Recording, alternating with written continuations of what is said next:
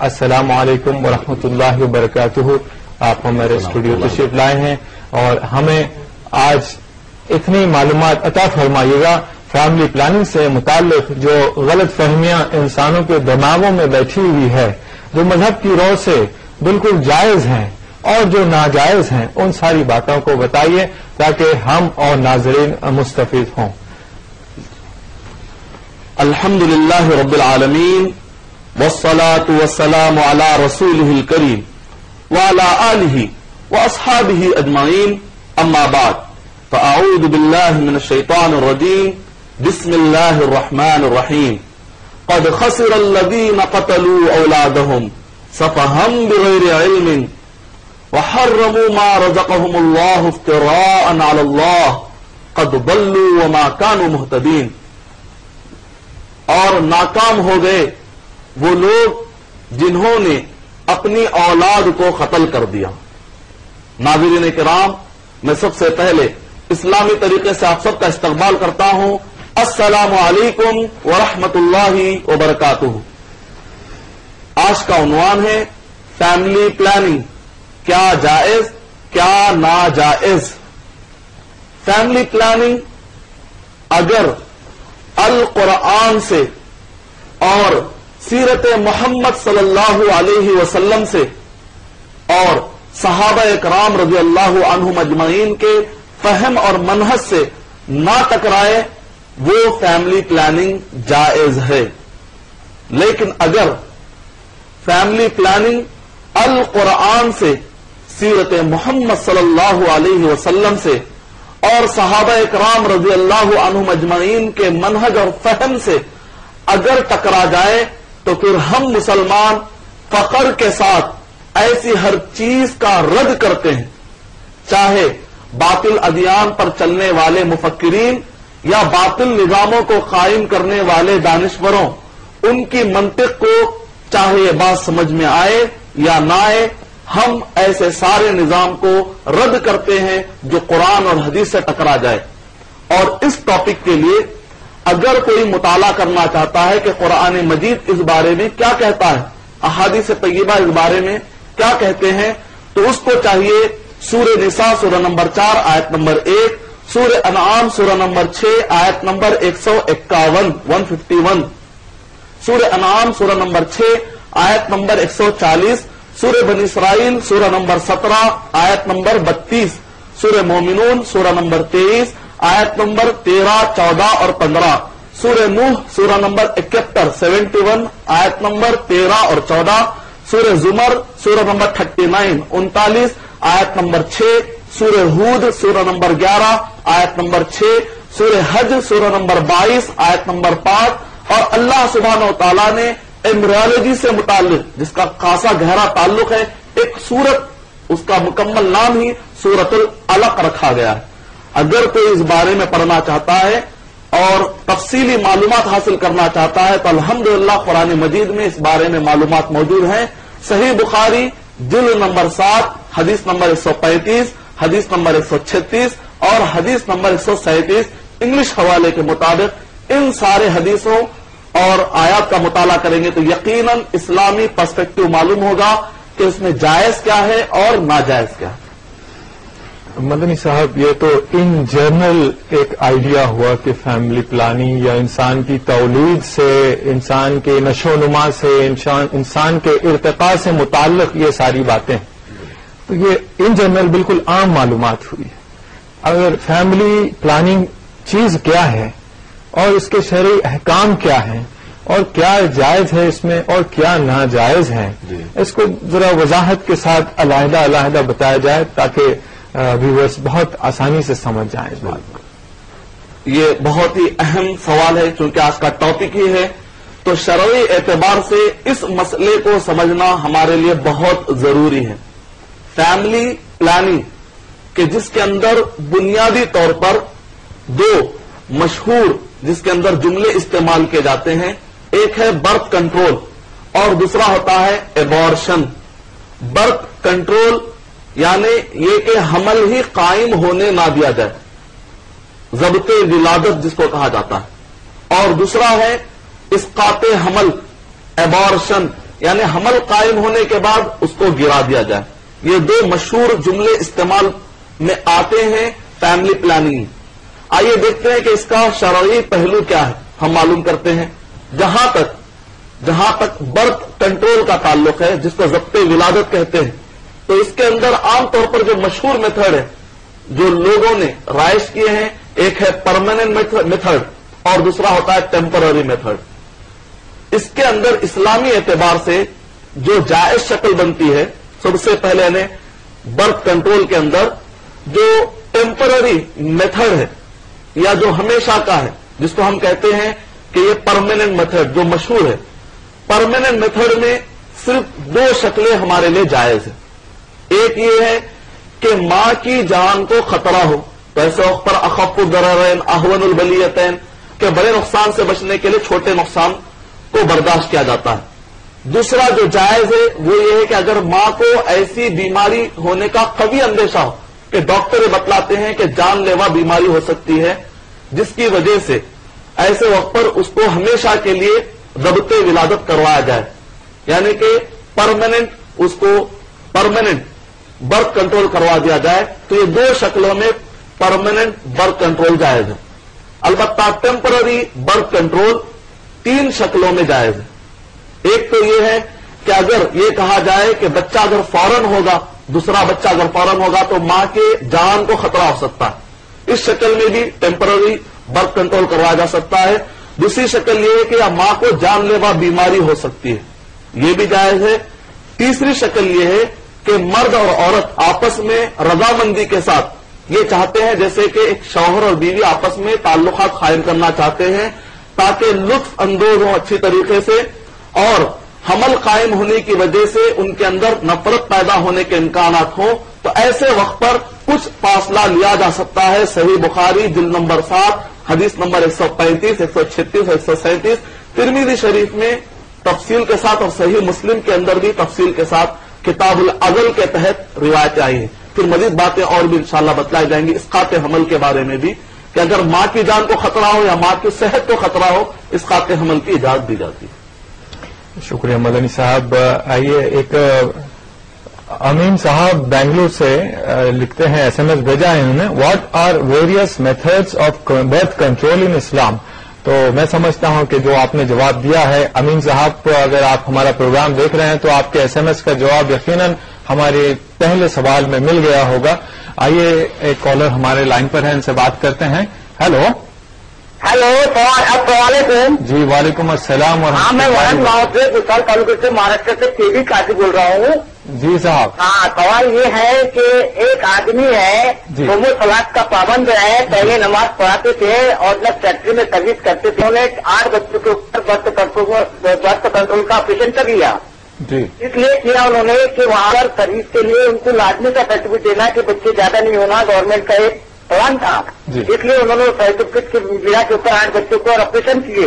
لیکن یہاں کے ایک علماء نے یہ فتویٰ دیا کہ بھی آپ امامت نہیں کر سکتے، جبکہ وہ امامت کے لیے پرفیکٹ ہے اور قاضی ہے. تو اس لیے انہوں نے امامت کرنا ہے یا نہیں کرنا ہے، یہ مدنی صاحب سے ذرا آپ پوچھیے. جی قاضی صاحب بہت بہت شکریہ، آپ نے کال کیا، آپ کے سوال کا جواب یقیناً دیا جائے گا انشاءاللہ. شکریہ، بہت بہت آپ نے کال کیا. انشاءاللہ. جی قاضی صاحب مالیگاؤں سے بات کر رہے تھے، جیسے کہ چل رہا ہے گورنمنٹ امپلائیز کے لیے ایک ہی لڑکا ہو، کر رہے تھے جیسے کہ چل رہا ہے گورنمنٹ امپلائیز کے لیے ایک ہی لڑکا ہو دوسرا نہ ہو، اس طرح کہ ہم دو ہمارا ایک پر آج بات رک گئی ہے. تو اس سلسلے میں یہ سوال تھا کہ بھائی جس نے فیملی پلاننگ کا اسٹیپ لیا ہو، کیا اس کے پیچھے نماز جائز ہے یا نہیں، یا وہ امامت کا اہل ہے یا نہیں. مین جو لب لباب تھا ان کے سوال کا یہی میں سمجھتا ہوں. وعلیکم السلام ورحمۃ اللہ وبرکاتہ. آپ کے سوال سے جو ہمیں سمجھ میں آیا ہے اس کا میں جواب دینا چاہوں گا. اور سب سے پہلے یہ کہ ہم یہاں پر جو بھی جواب دیتے ہیں تو اس کا مطلب کسی بھی ایک عالم کا نام لے کر یا کسی بھی جماعت یا کسی بھی آرگنائزیشن کا نام، نہ ہم اس کے خلاف میں جاتے ہیں نہ ان کی تائید کرتے ہیں. یہاں پر صرف مسئلے پر ڈسکشن ہوتا ہے. اس مسئلے پر قرآن اور حدیث کی روشنی میں کیا ہے معلومات دیجیے. ایک معنی میں یہ ایک انفارمیشن سینٹر، آپ کو جو انفارمیشن دی جاتی ہے جس کے بعد آپ ایویلویٹ کر سکتے ہیں اور اس کے بعد جو بھی قرآن و حدیث سے ثابت ہو جائے، صحابہ اکرام سے ثابت ہو جائے، اس پر آپ عمل کر سکتے ہیں. اس سے بڑھ کر اس کے اندر کوئی تنقید یا کسی فتوے کو ریجیکٹ کرنا مقصد نہیں ہوتا. جو بھی انفارمیشن ہوتی ہے آپ اس انفارمیشن کو یوز کر سکتے ہیں.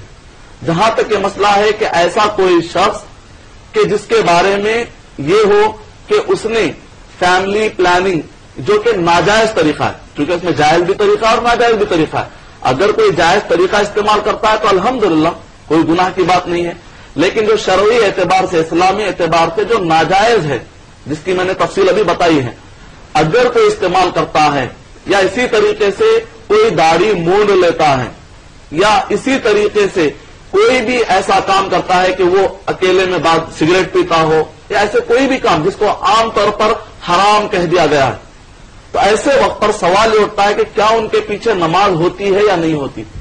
اصول یہ ہے کہ ہر مسلمان کے پیچھے جو بھی اہل قبلہ ہو ان کے پیچھے جبکہ وہ کھلا شرک نہ کرے اور ایسی بدعت کا وہ داعی نہ ہو، اس کی طرف بلانے والا نہ ہو، اس کے پیچھے آپ نماز پڑھ سکتے ہیں.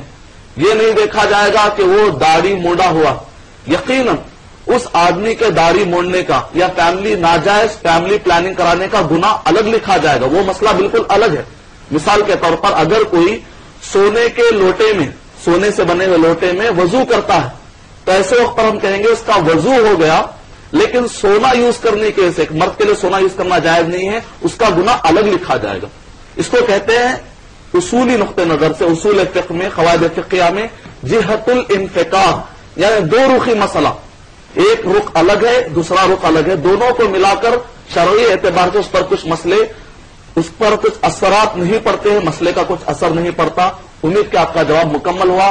نماز صحیح ہے، ان کے پیچھے نماز جو بھی آپ نے ادا کی ہے وہ ساری نمازیں صحیح ہے. قبول ہوئی یا نہیں یہ تو کسی بھی نماز کے بارے میں ہم نہیں کہہ سکتے، وہ اللہ سبحانہ و تعالیٰ کا ڈپارٹمنٹ.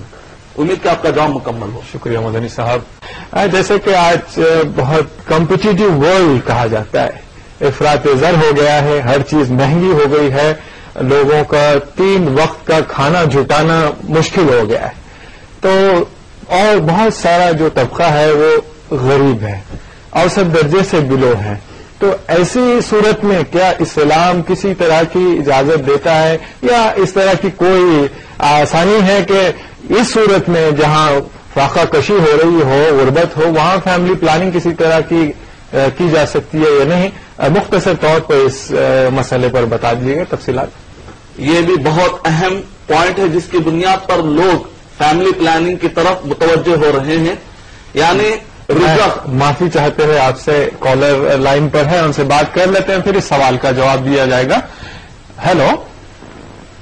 جی السلام علیکم. وعلیکم السلام. جی فرمائیے. یہی صاحب بات کرنے کا تھا ہمارے. جی فیملی پلاننگ کرانا صحیح ہے یا غلط ہے، جائز ہے یا ناجائز ہے؟ جی مشکلوں کی حالت میں جی جب جان کا خطرہ ہوتا ہے جی تب 3 سیزرین ہونے کے بعد جی کرا سکتے ہیں کیا؟ جائز ہے؟ اچھا ڈاکٹر کی صلاح لے کر کرا دیے ہم نے، جی. کیا یہ صحیح ہے یا غلط ہے؟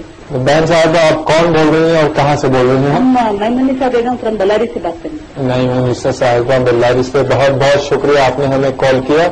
آپ کے سوال کا جواب یقیناً دیا جائے گا. شکریہ.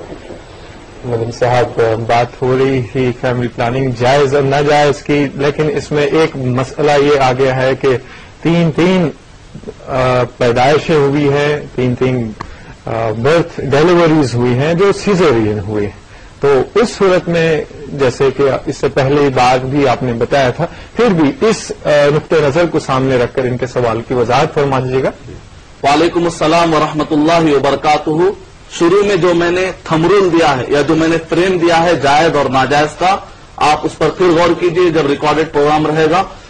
اس کے حساب سے جیسا کہ میں نے کہا کہ اگر ڈاکٹر، معتبر ڈاکٹر یہ کہتا ہے کہ اگر دوبارہ حمل ٹھہرنے سے عورت کی جان کو خطرہ ہے، جیسے آپریشن کی وجہ سے بچہ پیدا ہوا، اب دوبارہ ہونے سے یا اسی وجہ سے عورت اتنی کمزور ہے کہ حمل دوبارہ ٹھہرنے سے عورت یا تو اس کے جان کا خطرہ ہے یا پھر جان لیوا بیماری کا خطرہ ہے، تو ایسے وقت پر یقیناً فیملی پلاننگ کے جو میتھڈ ہیں اس کو استعمال کیے جا سکتے ہیں، وہ استعمال کیے جا سکتے ہیں.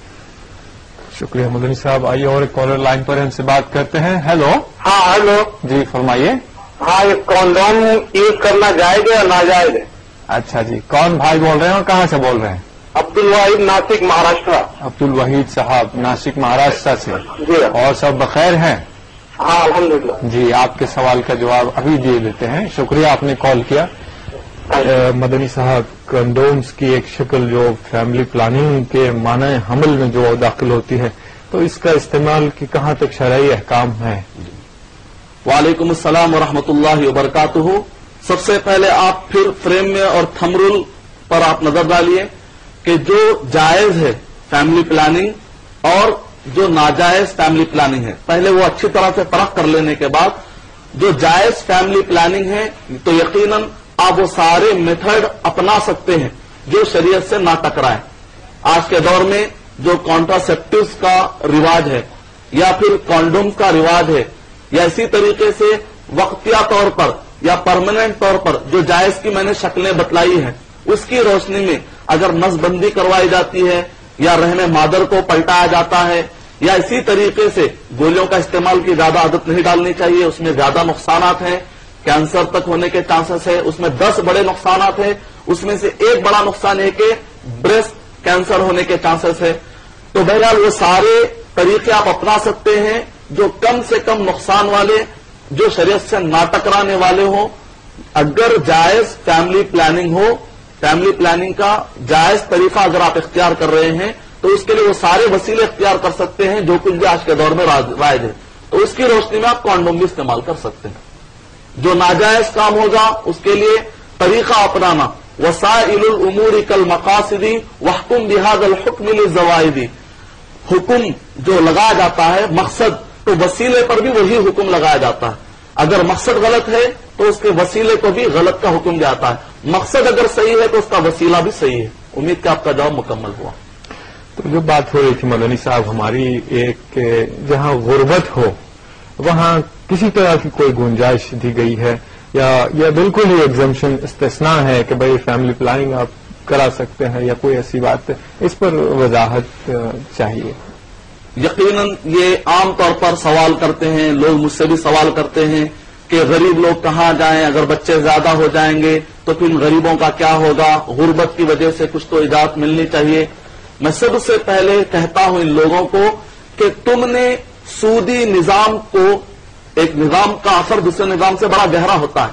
سودی نظام جو کہ اللاجیکل اور بے عقلی نظام ہے, اس کو تم نے پروان چڑھایا اور اس مخالفت کی تم نے اس نظام کی جو اللہ سبحانہ و تعالیٰ نے نازل کیا تھا, جس کے اندر کی جو اللہ سبحانہ و تعالیٰ نے نازل کیا تھا, جس کے اندر جو غیر سودی نظام ہے. اللہ سبحانہ و تعالیٰ نے زکوٰۃ کا سسٹم نازل کیا تھا, اس نظام کی تم نے پہلے مخالفت کی. رپورٹ کے مطابق دنیا کے 52 ریچس, دنیا کے 52 امیر ترین لوگوں کے پاس اتنا مال ہے کہ اگر وہ اپنے مال میں کا صرف 2.5% جو زکوٰۃ میں لیا جاتا ہے, اگر 2.5% وہ لوگ نکال دیں, خیرات کر دیں, تو پوری دنیا سے غربت کا خاتمہ ہو جائے گا. سبحان اللہ. اس نظام کو کوئی نہیں اپناتا, اور سودی نظام کو جو کہ بے عقلی نظام ہے, اپنے بے عقلی دلیلوں کے ذریعے سے اس کو قائم کیا جا رہا, نتیجے میں غربت پھیل رہی. اور جو کچھ بھی غربت پھیلی ہے اس کا پورا سوا اور اس کی پورے ذمہ دار وہ لوگ ہیں جو سودی نظام کو پروموٹ کر رہے ہیں اور زکوٰۃ کے نظام کو دنیا میں پروموٹ نہیں کر رہے ہیں. تو ایسے وقت پر اب فیملی پلاننگ کا جو مسئلہ آ رہا ہے کہ غریب لوگ اس طرف جو مائل ہو رہے ہیں, تو ایسے وقت پر جنہوں نے غربت کو قائم کیا ہے ان کی ذمہ داری ہے کہ وہ لوگ اس مسئلے کا حل دیں. جہاں تک اسلام میں تو الحمدللہ حل موجود ہے, لیکن ہم حل لینا نہیں چاہتے. جیسا کہ شاعر نے کیا خوب کہا ہے, ان غلاموں کا یہ کہنا ہے کہ ناقص ہے کتاب, کہ غلام کہتے ہیں کہ یہ تو کتاب بالکل ناقص ہے, اس میں غلامی کے طریقے نہیں بتائے گئے. اس میں یہ نہیں بتایا گیا کہ آدمی اگر برا کام کرے تو پہلے سیدھا پیر ڈالے, یا اگر آدمی بیڑی پہنے تو پہلے سیدھے ہاتھ میں پہنے یا لیفٹ ہینڈ میں. تو اللہ سبحانہ تعالیٰ ایسے مسائل کیوں بتائیں گے جو انسان کو غلامی کی طرف لے جاتے ہیں. ان غلاموں کا یہ کہنا ہے کہ ناقص ہے کتاب کہ سکھاتی نہیں ان کو غلامی کے طریقے. آج وہ والا مسئلہ ہو گیا ہے کہ ہم غلط طریقہ اختیار کرتے ہیں اور پھر اسلام سے حل نکالنے کی کوشش کرتے ہیں. ہم کو چاہیے کہ زکات کے سسٹم کو نافذ کریں تاکہ غربت کا خاتمہ ہو، جس کے اندر چیریٹی اور ہمدردی کا احساس ملتا ہے. نتیجے میں خود بخود یہ مسئلہ اٹھے گا نہیں، تاکہ آدمی فیملی پلاننگ جو کہ ناجائز ہے، جو ناجائز طریقہ ہے فیملی پلاننگ کا، اس کی ضرورت بھی نہیں پڑتی. امید کہ یہ مسئلہ اچھی طرح سمجھا جائے گا. رزق کی بنیاد پر یا تربیت کی بنیاد پر فیملی پلاننگ کرانا جائز نہیں ہے، حرام ہے، کیونکہ رزق دینے والا اللہ سبحانہ و تعالیٰ. شکریہ مدنی صاحب. آئیے اور ایک کالر لائن پر ہیں، ان سے بات کرتے ہیں. ہلو جی فرمائیے. السلام علیکم. وعلیکم السلام ورحمۃ اللہ وبرکاتہ. بال نگر سے محمد مکرم بول رہا ہوں. بال نگر سے حیدرآباد. بال نگر یہاں حیدرآباد. جی صاحب آپ اپنے ٹی وی کا والیوم کم کر دیجیے مہربانی. ہلو جی اپنا سوال بتائیے.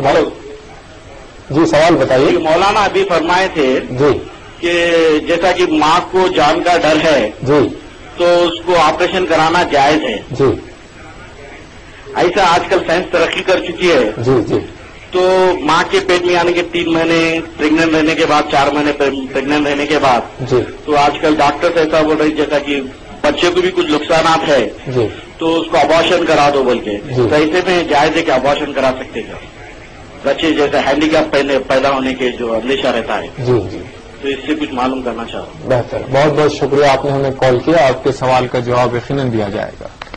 مدنی صاحب ماں کی جان کو خطرہ ہو تو ابارشن یا آپریشن کا حکم یا اجازت اسلام کی رو سے یا مذہب کی رو سے مل جاتی ہے کہ آج کل جیسے ماحول کی وجہ سے یا مس کیریج کی وجہ سے یا مس ہینڈلنگ کی وجہ سے کسی بھی وجہ سے بچے جو برابر ہوتے ہیں تو ان کی کوئی حالت ناقص ہوتی ہے، کوئی اعضاء کم بنتے ہیں، کوئی وجہ ہوتی ہے جس کی وجہ سے ڈاکٹر رائے مشورہ دیتے ہیں کہ یہ بچہ پیدا ہوگا تو مکمل نہیں ہوگا، کسی طرح کا نقص اس کے ساتھ رہے گا.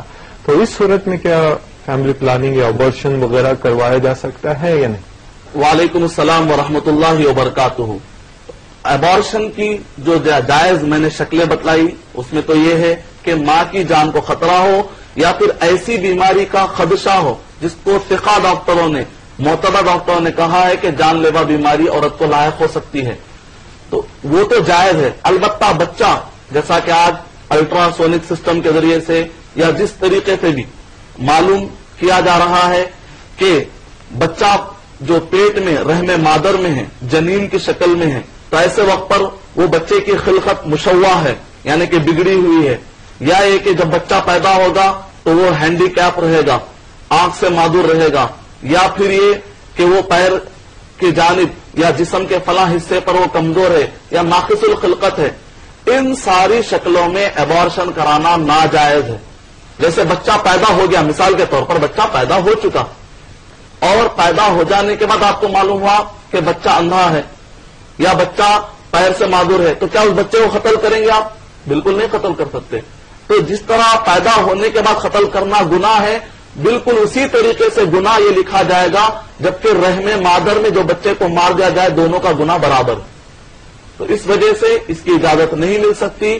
اس بارے میں اللہ سے خوف کھانا چاہیے کہ اللہ سبحانہ تعالیٰ نے قرآن مجید میں کہا ناکام ہے وہ لوگ جو اپنی اولادوں کو قتل کرتے ہیں، اور قیامت میں ان بچوں سے پوچھا جائے گا تمہیں کس جرم کی بنیاد پر قتل کیا گیا. اللہ سبحانہ و تعالیٰ اگر بچہ ایسا پیدا ہوتا ہے تو یہ آزمائش ہے، اس آزمائش پر ہم کو صبر کرنا چاہیے، اور اللہ سبحانہ و تعالیٰ اسی آزمائش کو ذریعہ بنا کر آپ کو جنت میں داخل کرے گا اگر آپ صبر کریں گے اور اس پر قائم رہیں گے. امید کہ آپ کا جواب مکمل ہے. صاحب ایک ایس ایم ایس لیتے ہیں.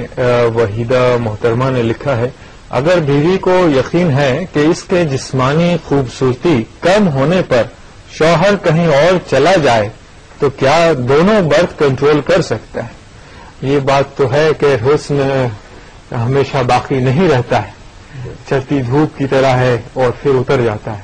تو یہاں مسئلہ آیا ہے حسن کا، تو حسن کو بنائے رکھنے کے لیے برتھ کنٹرول کہاں تک جائز ہے؟ وعلیکم السلام ورحمۃ اللہ وبرکاتہ. جس نے حسن دیا ہے اللہ سبحانہ و تعالیٰ اس حسن کے پیدا کرنے والے ہیں، اور اللہ سبحانہ و تعالیٰ اس بات پر قادر ہے کہ اس حسن اور خوبصورتی کو برباد کر دیں. تو ایسے وقت پر اگر ہم ناجائز طریقے سے جو کہ فیملی پلاننگ کا ناجائز طریقہ ہے، اگر وہ استعمال کرتے ہیں اور بنیادیں بناتے ہیں تاکہ حسن برقرار رہے، اس بنیاد پر کریں گے، ہو سکتا ہے کہ آپ یقیناً حسن برقرار رکھ لیں، لیکن اللہ سبحانہ و تعالیٰ اس کے باوجود بھی حسن ختم کر سکتے ہیں، کیونکہ اللہ سبحانہ و تعالیٰ کی مار بہت ہی خطرناک ہوتی ہے۔ یہ کوئی بنیاد نہیں ہے جس کی بنیاد پر یہ کہا جائے کہ یہ جائز ہے۔ البتہ جیسا کہ میں نے کہا، شوہر اور بیوی آپس کی رضامندی سے اگر یہ سمجھتے ہیں کہ حمل ٹھہرنے سے آپس میں شوہر اور بیوی کے تعلقات قائم ہونے میں، لطف اندوز ہونے میں رکاوٹیں آتی ہوں، تو ایسے وقت پر دونوں آپس میں اگر رضامندی سے کرنا چاہیں تو وہ جائز طریقے اپنا سکتے ہیں، جو کہ میں نے بتلایا۔ جیسا کہ ایک حدیث شریف ہے، نبی اکرم صلی اللہ علیہ وسلم کے پاس ایک صحابی آتے ہیں، آ کر کہتے ہیں کہ میرے پاس ایک لونڈی ہے، میں پسند نہیں کرتا کہ وہ حاملہ ہو جائے، میں چاہتا ہوں کہ ایک مرد اور جس طریقے سے لطف اندوز کرتے ہیں میں بھی لطف اندوز ہونا چاہتا ہوں۔ تو نبی اکرم صلی اللہ علیہ وسلم نے فرمایا اگر یہ نیت ہے تب تو جائز ہے کہ تم عزل کر لو۔ اور آج کے دور میں جو بھی برتھ کنٹرول کا یعنی کہ ٹیمپرری، پرماننٹ نہیں، ٹیمپرری طریقہ اپنایا جا سکتا ہے۔ امید کہ آپ کا جواب مکمل ہو۔ شکریہ مدنی صاحب۔ تو مدنی صاحب، آئیے بات چل رہی تھی ہماری فیملی پلاننگ سے متعلق، جو بعض ناجائز صورتیں ہیں فیملی پلاننگ کی، ان کے متعلق جو بھی وعیدیں ہیں یا جو نقصانات ہیں، اس پر بھی تھوڑی سی روشنی ڈالی جائے۔ جائز فیملی پلاننگ سے تو میں سمجھتا ہوں کہ جہاں تک ہو کوئی نقصان نہیں ہوتا ہے، پھر بھی جہاں غلط احتیاط ہوتا ہے، جائز فیملی پلاننگ میں بھی بہت ساری احتیاط ضروری ہے، لیکن جو ناجائز فیملی پلاننگ ہے یا اور کوئی گمراہ کن جو ذرائع ہیں جس کو ہم فالو کرتے ہیں، تو اس کے نقصانات کیا ہوتے ہیں، ذرا اس پر روشنی ڈال دیں۔ جائز فیملی پلاننگ جو کچھ بھی شرعی اعتبار سے علماء کرام نے اس کو جائز قرار دیا ہے، وہاں پر ایک بڑے نقصان سے بچانے کے لیے اجازت دی گئی، اور جہاں کہیں پر بھی فیملی پلاننگ کرانا ناجائز ہے، فیملی پلاننگ کرانا ناجائز ہے، ناجائز فیملی پلاننگ کے کافی نقصانات ہیں، اور اللہ سبحانہ تعالیٰ نے قرآن مجید میں کہا دعائیہ طور پر یا بددعا طور پر، یہ اللہ سبحانہ تعالیٰ نے اعلان کیا قد خسر الذین قتلوا اولادہم، جنہوں نے اپنی اولاد کو قتل کر دیا وہ لوگ ناکام ہو گئے۔ آئیے دیکھتے ہیں آج کی اسٹیٹسٹک پڑھ کر، جو گڈ نیچر ایک اسٹیٹسٹک کا ادارہ ہے جس کے اندر کافی اسٹیٹسٹک دی گئی ہے اس بارے میں کہ جو ایڈوانس کنٹری جو اس فیملی پلاننگ کی طرف تیزی سے جا رہے ہیں وہاں کے معاشرے کا کیا نقصان ہو رہا ہے۔ کیونکہ جب نوجوانوں کو معلوم ہو گیا کہ حمل ٹھہرنے کے بعد گرایا جا سکتا ہے، نتیجہ یہ نکلا کہ وہاں پر فحاشیت، عریانیت، زنا، ایڈز کی کثرت ہونے لگی، کیونکہ ہر کوئی وہاں پر یہ چاہنے لگا کہ بھئی ہم ناجائز تعلقات قائم کریں گے۔ نتیجہ یہ نکلا کہ کم عمر بچیاں پریگننٹ ہو رہی ہیں، اس کی وجہ سے ان کی تعلیم متاثر ہو رہی ہے، اخلاق خراب ہو رہے ہیں، اور اسی طریقے سے ان میرڈ مدر کا کانسیپٹ، سنگل وومن کا کانسیپٹ، یعنی کہ بغیر شادی کے بچہ پیدا ہونے کے نقصانات بھی ہو رہے ہیں، کافی نقصانات ہو رہے ہیں۔ تو آئیے دیکھتے ہیں جو اسٹیٹسٹک مختلف اداروں کی جو انٹرنیٹ پر پائی جاتی ہے، یہاں پر اسٹیٹسٹک میں یہ بتلایا گیا ہے، کئی ملکوں کی اس کے اندر اسٹیٹسٹک پیش کی گئی ہے کہ بڑے پیمانے پر ان میرڈ جن کی ابھی شادی نہیں ہوئی ان کو بچے ہو رہے ہیں، جس کا نقصان یہ ہے کہ کئی لوگوں کو پتا نہیں ہے کہ ان کا اصلی باپ کون ہے، اور سائیکالوجیکلی اگر ایک بچے کو یہ معلوم نہ ہو کہ اس کا باپ کون ہے، زندگی بھر وہ بچہ احساس کمتری میں ہوتا ہے کہ اس نے میری ماں کی زندگی خراب کی، میں بھی کئی عورتوں کی زندگی خراب کروں گا، یہ اخلاق پیدا ہوتے ہیں۔ اور اسی طریقے سے اس میں تیزی کے ساتھ جب آگے بڑھ رہے ہیں اور نتیجہ نکل رہا ہے کہ لوگ تلا ہو رہے ہیں، نتیجہ نکلا کہ 40 ملین لوگ فی الوقت دنیا میں ایڈز کی بیماری میں تلا ہے، یہ سارے نقصانات اسی کے ہیں۔ اور جو لوگ اس کے اندر وہ ریزن بتلائے گئے ہیں سروے کر کے کہ کس وجہ سے عام طور پر فیملی پلاننگ کی طرف رجحان بڑھ رہا ہے، جس کے اندر کوئی بھی ایسا افیکٹو یا ریزن نہیں ہے کہ جس کی بنیاد پر فیملی پلاننگ کروایا جائے، کیونکہ آج آپ بچوں کو مار رہے ہیں، ہو سکتا ہے کہ اگر یہی چیز آپ کے ماں باپ کی سوچ میں ہوتی تو پھر آج جو بچوں کو مارنے والا خود وہ بھی دنیا میں نہیں آ سکتا تھا۔ اور اس کے اندر یہ بتلایا جا رہا ہے کہ کتنے پریگننٹ ہوتے ہیں، اسی کے مماثل اگر بچے پیدا بھی ہوتے ہیں تو اسی کے برابر میں اتنے ہی بچوں کا ابارشن ہو جاتا ہے، گرا دیا تھا. اتنے پیمانے پر قتل کیا جا رہا ہے, یعنی ملین کی تعداد میں بچوں کو روزانہ قتل کیا جا رہا ہے. اور ایملی بیکنن بی بی سی کے رپورٹ کے مطابق ہندوستان میں ہر دن 3000 بچیوں کو مارا جاتا ہے صرف اس بنیاد پر کہ جب وہ پتا چل جاتا ہے کہ رحم مادر میں بچی پل رہی ہے کہ کل کے دن جہیز دینا پڑے گا. اور نعوذ باللہ بعض جگہ پر یہ بھی کہا جاتا ہے کہ آج کے تم 5000 خرچ کر لو, کل کے 5 لاکھ سے بچ جاؤ گے, ڈوری سے بچ جاؤ گے. نعوذ باللہ من ذالک. اور اس کے اندر پورا ڈیٹا دیا گیا ہے, پورا تعداد کے ساتھ بتایا گیا ہے کہ کس کس پیمانے پر ابارشن کروایا جا رہا ہے, کتنی بڑی تعداد میں. اور اس کے اندر بتایا جا رہا ہے کہ کم عمر بچیاں 14 سال 15 سال کی بچیاں پریگننٹ ہو رہی ہیں. نتیجے میں یہ ہے کہ اس کے بعد جب ابارشن کرا بھی لیتی ہیں, ذہنی طور پر اس قابل نہیں ہوتی ہے کہ وہ قوم کے لیے کچھ اثاثہ بن سکے, ایسیڈ بن سکے. نتیجہ یہ نکل رہا ہے کہ ہیومن ریسورس کی آج بڑی اہمیت ہے وہ کم ہوتا جا رہا ہے, صحت گر رہی ہے, اور نتیجے میں تعلیم میں پیچھے ہوتے جا رہے ہیں, کافی نقصانات ہو رہے ہیں. یہ بھی اسٹیٹسٹک پیش کی گئی ہے. تعداد عورتوں کے اندر جو تعداد بڑھ رہی ہے, جو رجحان بڑھ رہا ہے حرام کاری کی طرف, اور جس کی وجہ سے بہت ساری بیماریاں مبتلا ہو رہی ہیں. یہ وہ ساری رپورٹیں ہیں جو ہماری آنکھ کھولنے کے لیے کافی ہے. اور عام طور پر مختصر 2 پوائنٹ پر توجہ کہ اگر ہم یہ کہیں کہ آنے والا بچہ ہمارے نقصان دہ رہے گا, بعض اوقات یہ ہوتا ہے کہ اگر آپ دیکھیں گے آزادی میں, ہندوستان کی آزادی میں, کئی ممالک کی آزادی میں لڑنے والے وہ پہلے بچے نہیں تھے, دوسرے یا تیسرے تھے. اگر ہم وہ دوسرے اور تیسرے کو ختم کر دیں گے تو ہر بچہ اپنے ہاتھ تقدیر لاتا ہے, رزق لاتا ہے. بعض اوقات گھر کے اندر 5 بچہ زیادہ مالدار بنتا ہے, پورے خاندان کو سنبھال لیتا ہے. اب اگر ہم اپنے بچے کو اپنے ہاتھ لیتے ہیں تو گویا کہ ہم آنے والے رزق کو خود قتل کر رہے ہیں. ان سارے پوائنٹ پر لاجیکلی سوچنی چاہیے. بے عقلی راستے پر چلنے کی کوئی ضرورت نہیں ہے, مروب ہونے کی کوئی ضرورت نہیں ہے. فخر کے ساتھ اس نظام پر تدبر کرنے اور اس کو فالو کرنے کی ضرورت ہے. امید کے یہ سارے اہم پوائنٹ ناظرین ذہن میں رکھیں گے. شکریہ مدنی صاحب. آئیے ایک SMS لیتے ہیں. لکھتے ہیں فضیل صاحب, گورم کونڈا جو آندھر پردیش کا ایک مقام ہے, گورم کونڈا, کیا مرد نس بندی کروا سکتے ہیں؟ وعلیکم السلام ورحمۃ اللہ وبرکاتہ. اسلام میں مرد کے لیے نس بندی کروانا, جس کو خسی کروانا کہتے ہیں, نبی اکرم صلی اللہ علیہ وسلم نے, صحابہ کرام نے اجازت بھی مانگی, نبی اکرم صلی اللہ علیہ وسلم نے اس کی اجازت نہیں دی. ہاں البتہ اگر کوئی ایڈز کا مریض ہو, اب اگر وہ شادی کرنا چاہتا ہو تو اس کی تو ایک شکل یہ ہے کہ اگر وہ طریقہ اپناتا ہے جس کی وجہ سے عورت کو حمل نہیں ٹھہرتا, تو ایسے وقت پر اس کو اجازت ہے کہ وہ سارے طریقے اپنائے جس سے کہ عورت کو حمل نہ ٹھہرے, کیونکہ جیسے حمل ٹھہرے گا پھر عورت کو بھی وہ ایڈز کی بیماری لاحق ہو سکتی ہے.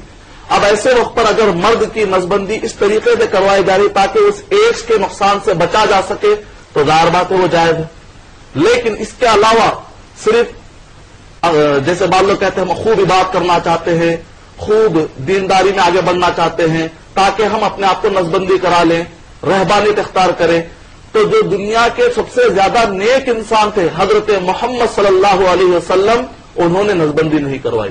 اس کا مطلب یہ نکلا کہ نیکی یہ نہیں ہے کہ شریعت کے خلاف جائے, نیکی یہ ہے کہ شریعت پر چلا جائے.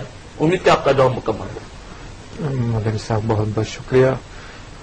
ایک بات ہو رہی تھی, نیچرل فیملی پلاننگ کیا چیز ہے ایکچولی؟ فطری طور پر کچھ فیملی پلاننگ بھی ہو سکتی ہے اس طرح کی, کیونکہ آدمی کا جب تک دخل اس میں نہ ہو تو شاید فیملی پلاننگ مشکل ہو. اس طرح کی کوئی چیز بھی ہے؟ یہ بھی بہت اہم پوائنٹ ہے سمجھنے, جس کو ہم کو سمجھنا چاہیے. ان نیچرل فیملی پلاننگ کے بارے میں جو 10 میتھڈ بتائے جاتے ہیں, جس کے اندر گولیوں کا استعمال, جس کے اندر انجیکشن کا استعمال, جس کے اندر کانڈوم کا استعمال, یا جس کے اندر حمل قائم ہونے کے بعد اس کو ڈسٹرائے کرنے کا, تباہ کرنے کا, یا پھر ایبارشن کا, جو کوئی بھی طریقہ ان نیچرل طریقہ ہے, پورے سائنسدان اس بات پر متفق ہے. یہ بات فیکٹ ہے, تھیوری نہیں ہے, فیکٹ ہے. پورے لوگ کہتے ہیں 100% یہ یقین نہیں دلوایا جا سکتا کہ اب اس کو بچہ پیدا نہیں ہوگا. 100% کوئی بھی نہیں کہہ سکتا. کانڈوم استعمال کرنے کے باوجود بھی کوئی حاملہ ہو سکتی ہے. البتہ نیچرل فیملی پلاننگ کے بارے میں ہمیں معلومات ہونی چاہیے. اس میں بھی 2-3 شکلیں بتائی جاتی ہیں. پیریڈ کے اطراف کے دنوں میں، چند دنوں میں اگر مخصوص خیال کیا جائے خاص طور سے، تو ایسے وقت پر ڈاکٹر بتلاتے ہیں کہ حمل قائم ہونے کے چانسز بہت کم ہوتے ہیں. تو ایسے وقت پر نیچرل فیملی پلاننگ میں جو ایک طریقہ پایا جاتا ہے وہ یہ ہے بریسٹ فیڈنگ کانسیپٹ. یعنی کہ اسلام میں سورہ بقرہ سورہ نمبر 2 آیت نمبر 233 233، سورہ احقاف سورہ نمبر 46 46، آیت نمبر 15 سورہ لقمان سورہ نمبر 31 آیت نمبر 14. تو بریسٹ فیڈنگ، جب عورت بچے کو دودھ پلاتی ہے تو ایسے وقت پر جو دوران خون کا جو دوران ہے اس کی ساری توجہ ماں کے چھاتے کی طرف ہوتی ہے. تو ایسے وقت پر اس کے اندر اتنی طاقت نہیں ہوتی ہے کہ رحم مادر کے اندر بچہ پیدا کرنے کی صلاحیت ہو. تو ایسے وقت پر قرآن مجید نے کہا کہ دودھ پلانے کی جو مدت ہے یعنی 2 سال، یہ 2 سال جو دودھ پلانے کی مدت ہے، ان 2 سالوں میں اگر ماں مسلسل دودھ پلاتے رہے گی تو خود بخود بچوں کے درمیان انتر آ جائے گا، فاصلہ آ جائے گا. جو آج کل 2 بچوں کے درمیان فاصلے کی بات کر رہے ہیں، اس کا فائدہ یہ ہے کہ ایک تو بچے کو دودھ بھی مل گیا، ڈبے کے دودھ کو پلانے کے بجائے دودھ بھی مل گیا. ڈبے کے دودھ کو پلانے کے بجائے ماں کو چاہیے کہ وہ اپنا دودھ پلائے. اس کا فائدہ یہ ہوتا ہے کہ بریسٹ کینسر سے بھی عورت بچ جاتی ہے، بچے کو خالص دودھ مل جاتا ہے، اور 8 قسم کے امینو ایسڈ جو نشو و نما کے لیے ضروری ہے وہ بچے کے لیے صرف اور صرف ماں کے دودھ میں ہی مل سکتے ہیں. تو یہ سارے فائدے تو ایک طرف، اور ساتھ میں 2 سال کا خود بخود گیپ بھی آ جائے گا. اگر ماں مسلسل دودھ پلاتے رہے گی حمل بھی نہیں ٹھہرے گا اور خود بخود گیپ آ جائے گا. یہ نیچرل طریقہ ہے، اس کو اپنایا جا سکتا ہے، اس کے فائدے بھی بہت زیادہ ہیں. شکریہ مدنی صاحب. ایک کالر لائن پر ہیں، ان سے بات کرتے ہیں. آئیے. ہیلو. ہلو، السلام علیکم. جی وعلیکم السلام ورحمۃ اللہ وبرکاتہ. جی میں یہاں سے بات کر رہی ہوں، مسز الیاس. جی مجھے میرے 2 بچے ہیں جی. اور مجھے دوسرے بچے کے وقت میری پریگنینسی میں کافی تکلیف تھی جی. تو اس ڈر سے میرے 9 منتھ مجھے تکلیف تھی، اور اس درمیان میں مطلب میرا بچوں کا کیئر ٹیکر کوئی نہیں ہوا کرتا تھا. جی. تو میں نے اس ڈر سے کہ مجھے اور دوسری پریگنینسی میں اتنی مجھے تکلیف نہ ہو، اس ڈر سے میں نے پرماننٹ وہ کروا دیا جی فیملی پلاننگ. اور اب اللہ کا خوف اس قدر مطلب بے چین کر رہا ہے کہ مجھے اس کے لیے کیا میں مطلب نجات کی میں کوشش کروں کہ کیا کریں تو مجھے کچھ نجات ملے ان سوچوں سے، اس تکلیف سے. جی جی جی جی تو مولوی صاحب سے پوچھیں کہ میں کیا کر سکتی ہوں ان حالات میں. میں نے میڈیکلی بھی وہ کر لیا ہے ڈاکٹروں سے، لیکن ان کا کہنا ہے کہ اب اگین مطلب وہ آپریشن کھلوا کے یا کچھ ایسے بہت کچھ فائدہ ہوگا، ایسی کوئی بات نہیں ہے. لیکن اب میں حج بھی کرنا چاہتی ہوں، تو ایک گناہ کا بوجھ ہے میرے دل و دماغ پہ. تو اس کے لیے میں کیا کر سکتی دینی طور پہ؟ بہن صاحبہ بہت بہت شکریہ، آپ نے کال کیا. اور ایک SMS سید طاہر علی کولکتہ سے لکھتے ہیں، کسی نے اگر غلطی سے فیملی پلاننگ کروا لی تو اسے گناہ معاف کروانے کے لیے کیا کرنا چاہیے؟ یہ 2 سوال ایک نوعیت کے ہیں. جو کام نہیں کرنا تھا وہ صادر ہو چکا، اب اس کا جو خمیازہ ہے یا اس کی معافی ہے. آئیے دیکھتے ہیں اللہ غفور الرحیم ہے، کیا کہتے ہیں اس بارے میں مدنی صاحب. وعلیکم السلام ورحمۃ اللہ وبرکاتہ.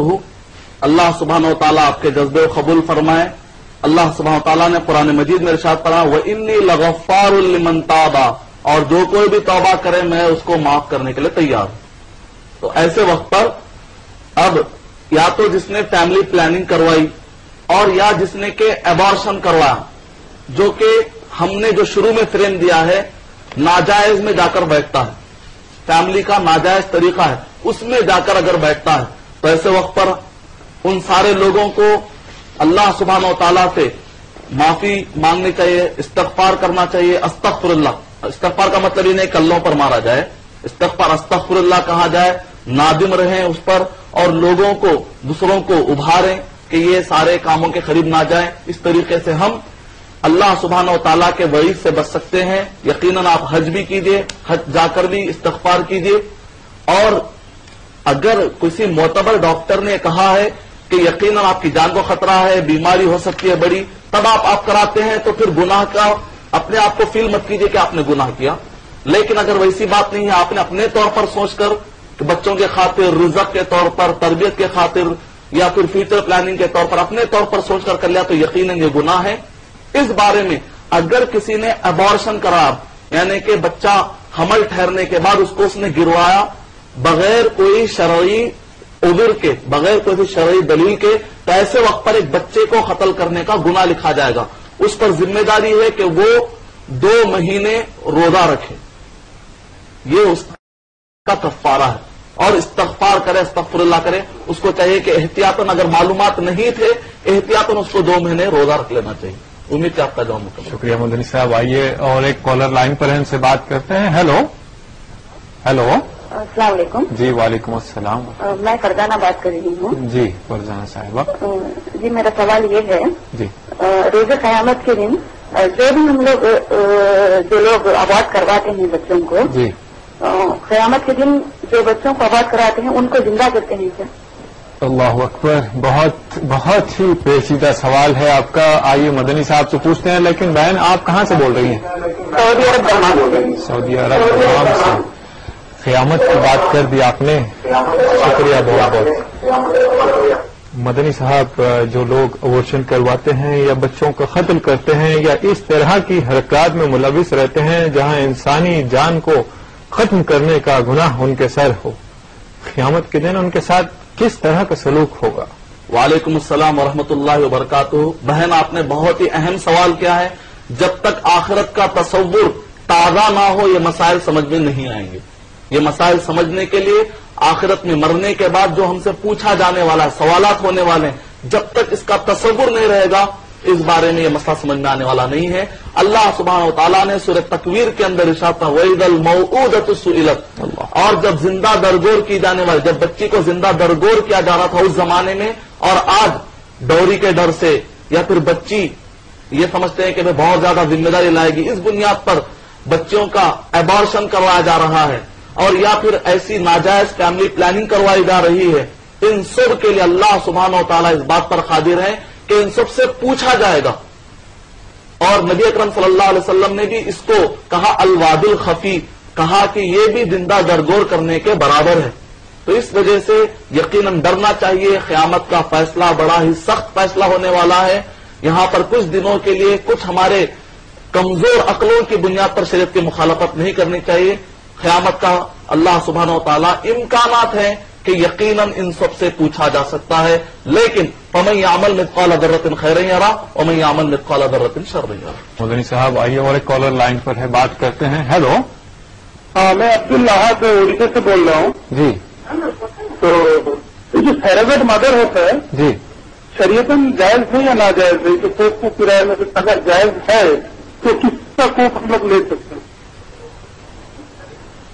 کون سے مدد؟ کلیئر بولیے، آپ اپنا کلیئر بولیے، سوال کیا بولنا چاہتے ہیں؟ ہلو جی ہو سکتا ہے کال ڈراپ ہو گئی ہے۔ آئیے جو کچھ بھی ان سے ہم نے بات کی اس سلسلے میں پوچھتے ہیں۔ کچھ سوال مبہم سا تھا، کسی طرح کی بات سمجھ میں نہیں آ رہی تھی۔ دوسروں کے پیٹوں سے متعلق کچھ ہے، جیسے کہ آج رواج ہو گیا ہے، آج یہ ڈرامائی انداز ہو گیا ہے زندگی کا بھی، فلموں میں اس طرح کی چیزیں۔ ہاں، جیسے کہ اب کسی کو اولاد نہیں ہو رہی ہے تو دوسری عورت کے رحم میں نطفہ لگایا گیا ہو، بچہ پیدا کیا ہو، اس طرح کی باتوں کا مختصر سوال۔ وعلیکم السلام ورحمۃ اللہ وبرکاتہ۔ ٹیسٹ ٹیوب بیبی کا جو رواج آج چل رہا ہے، اس کے اندر کل ملا کر 8 شکلیں ہوتی ہیں، اور ان 8 شکلوں میں کبھی انشاءاللہ ہم اس پر ڈیٹیل ٹاپک لیں گے، گفتگو کریں گے۔ ان 8 شکلوں میں 6 شکلیں ناجائز ہیں، صرف 2 شکلیں جائز ہیں۔ ایک شکل یہ جائز ہے کہ اگر مرد کا نطفہ رحم مادر یوٹیرائن وال، رحم مادر یعنی کہ دیوار پر اگر مرد کا نطفہ نہیں پہنچ رہا ہے تو ایسے وقت پر مرد کے نطفے کو رحم مادر تک پہنچانے کے لیے انجیکٹ کیا جاتا ہے، تو ایسے وقت پر یہ جائز ہے۔ دوسرا جائز طریقہ یہ ہے کہ مرد کا نطفہ مادہ منویہ لے کر اور عورت کا انڈا لے کر رحم مادر کا، ان کو باہر کسی ایک ٹیوب میں رکھا جاتا ہے، اور کچھ دنوں کے بعد اس کو پھر واپس ڈال جاتا ہے، پورا احتیاط کرتے ہوئے اگر یہ معاملہ برتا جائے تاکہ نسب کہیں منجمد نہ ہو جائے یا گنجلک نہ ہو جائے تو یہ دوسری شکل بھی جائز ہے. اس کے علاوہ ایک بیوی کو بچہ نہیں ہو رہا ہے تو دوسری بیوی کے رحم مادر میں نطفہ ڈال جائے. ساری شکلیں جو 6 شکلیں باقی کی ہیں سب ناجائز ہیں. امید کہ آپ کا جواب مکمل. مدنی صاحب بہت بہت شکریہ. وقت کی تنگی ہمیں اور اجازت نہیں دیتی کہ ہم ابھی آپ سے بات کرتے رہیں. اجازت لیتے ہیں. بہت بہت شکریہ.